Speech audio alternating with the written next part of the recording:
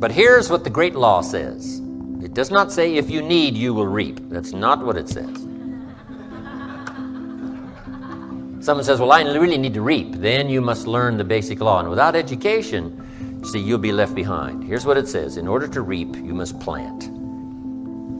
Guess who deserves to reap? Those who plant. So, could I deserve something unique and valuable? Yes, if you understand the law, if you understand how it works in your own self-interest. We must plant, we must give to the soil, we must turn it loose, we must let it do its work, we must have patience, take care of it. Now we deserve the reaping.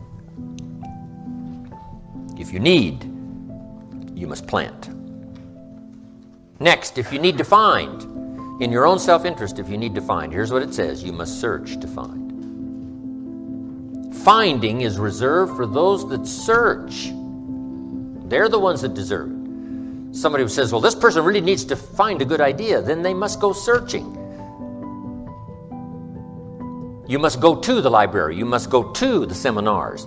You must go to the sermon. You must go to and listen to the lyrics of the song. You must go to where education is being taught. You must go to where good ideas are being shared. Go to, go to. Rarely does a good idea interrupt you. Rarely. Good ideas are like mining for gold. You got to develop the mental machinery to go look, go sifting, go searching, go looking. And if you search, what?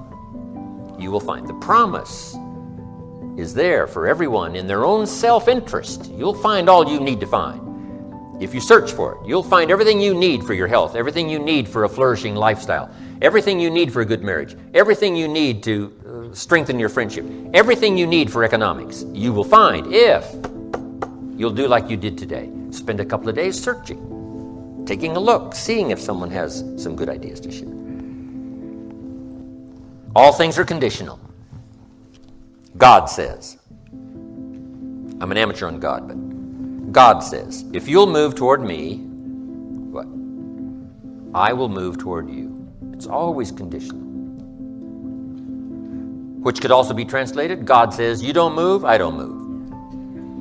You say, well, that's arbitrary. Well, when you're God, you can set it up that way. Remember, your planet, you can rearrange all this, change it all. But on this one, here's what's interesting. What you move toward tends to move toward you. If you move toward education, education starts to seek you out. This is one of the unique positive mysteries. Whatever you move toward, moves toward you. If you move toward progress, progress seems to want to now embrace you, move toward you.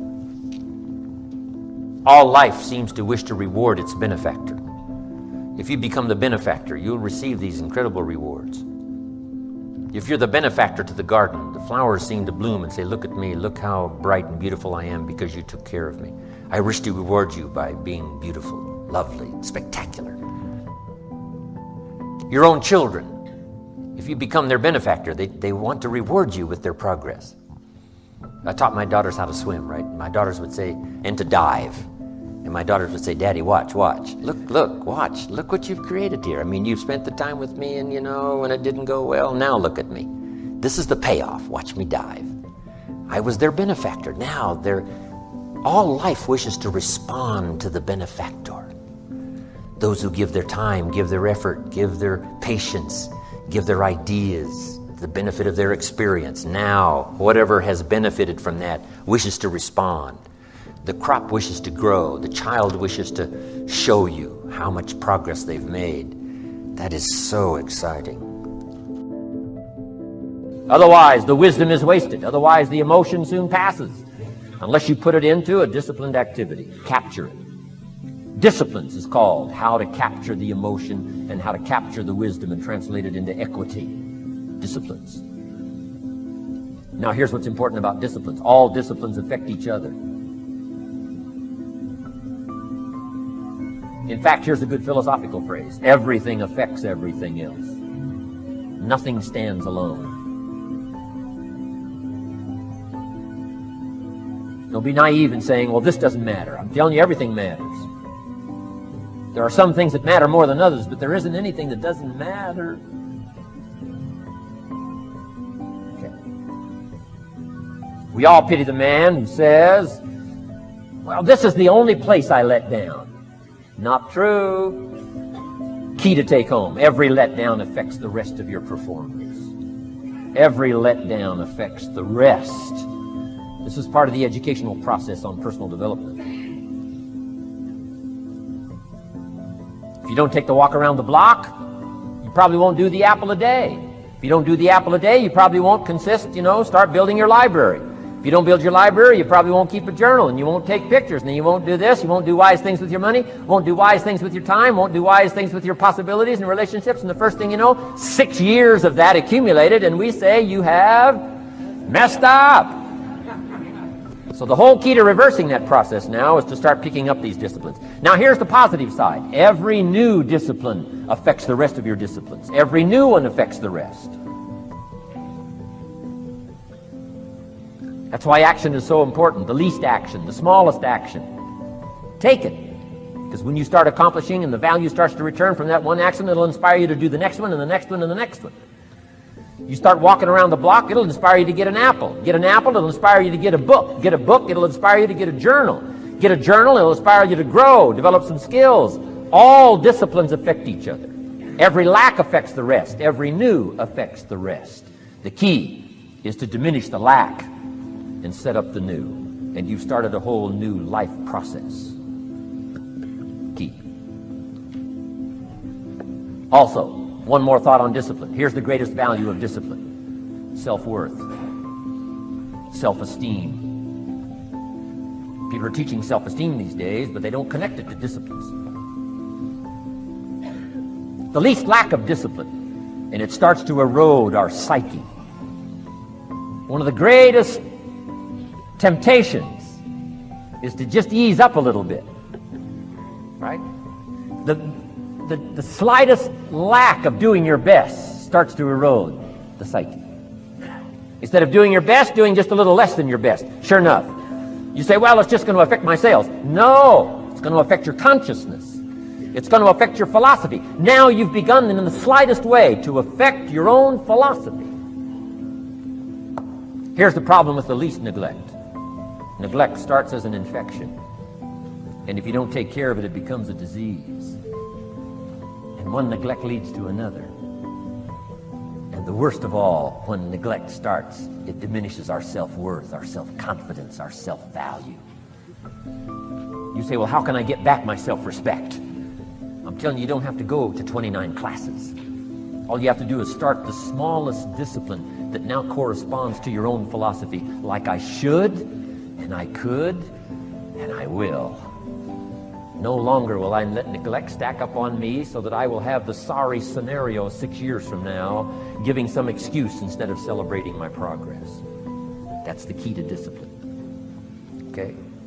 Let's get kids involved in the least of disciplines. One more, and then one more, and then another one, and then another one, and then some more. And the first thing you know, you're starting to weave the tapestry of a disciplined life into which you can pour more wisdom and more attitude and more strong feeling, more faith and more courage.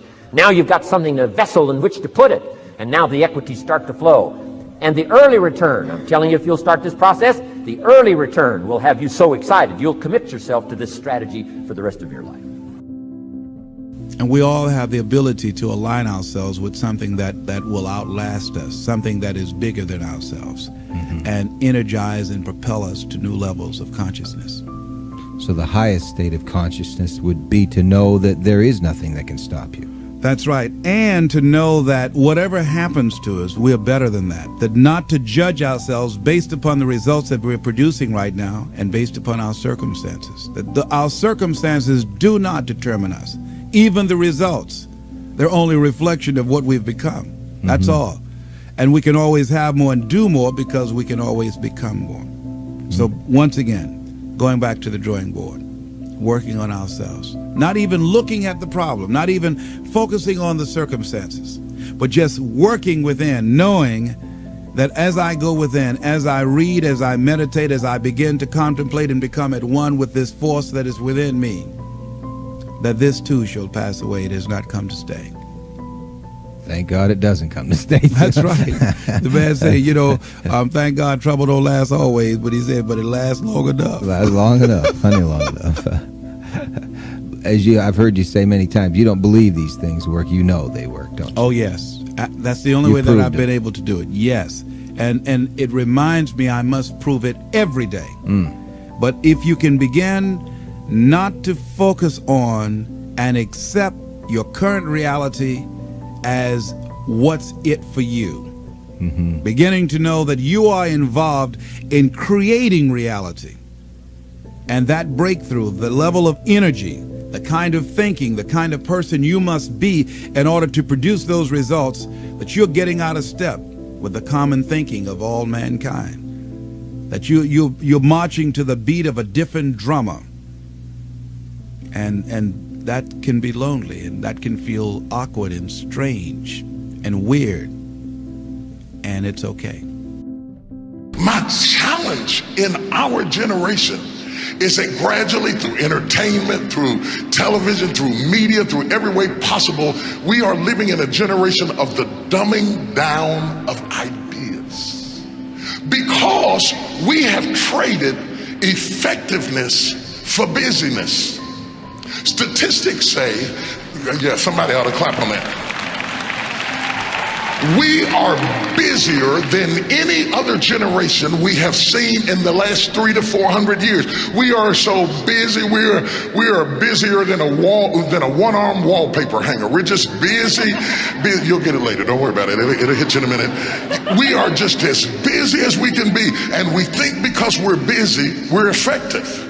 But I want you to challenge your schedule for a minute and ask yourself, are you really being effective, or is your life cluttered with all kinds of stuff that demands you and drains you and taxes you and stops you from being your highest and best self? And are you substituting busyness and all the chaos that goes along with busyness from being effective?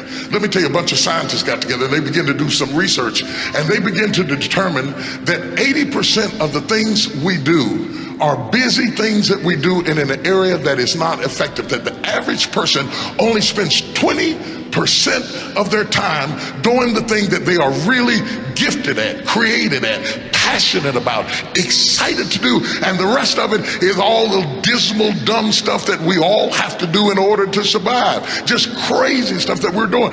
Wonder what would happen if we would go from doing 80% of things that are busy but not effective, and 20% of the things that are really effective, if we would switch those numbers around and only give 20% of our time to the things that we have to do and 80% of our time to the thing that we were created to do.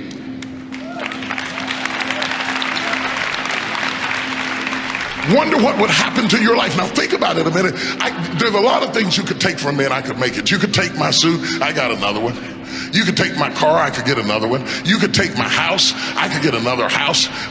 But when you take my time, you have taken something from me that is totally irreplaceable. We take all kinds of classes for money management.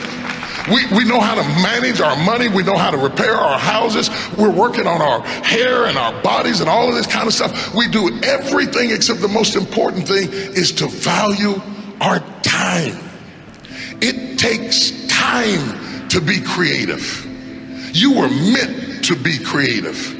You were created in the likeness and the image of a creator, and in that likeness and in that image, you have creativity. If you had time, you would be creative. But in the absence of time, and with busyness and clutter and the phone going beep, beep, beep, you all got music playing on your phone, all kinds of stuff, and no matter what kind of song you put on it, after a while you hate to hear it, because every time you hear that sound, you know it's somebody else wanting something else from you that's taking you away from what you are gifted and creative to do.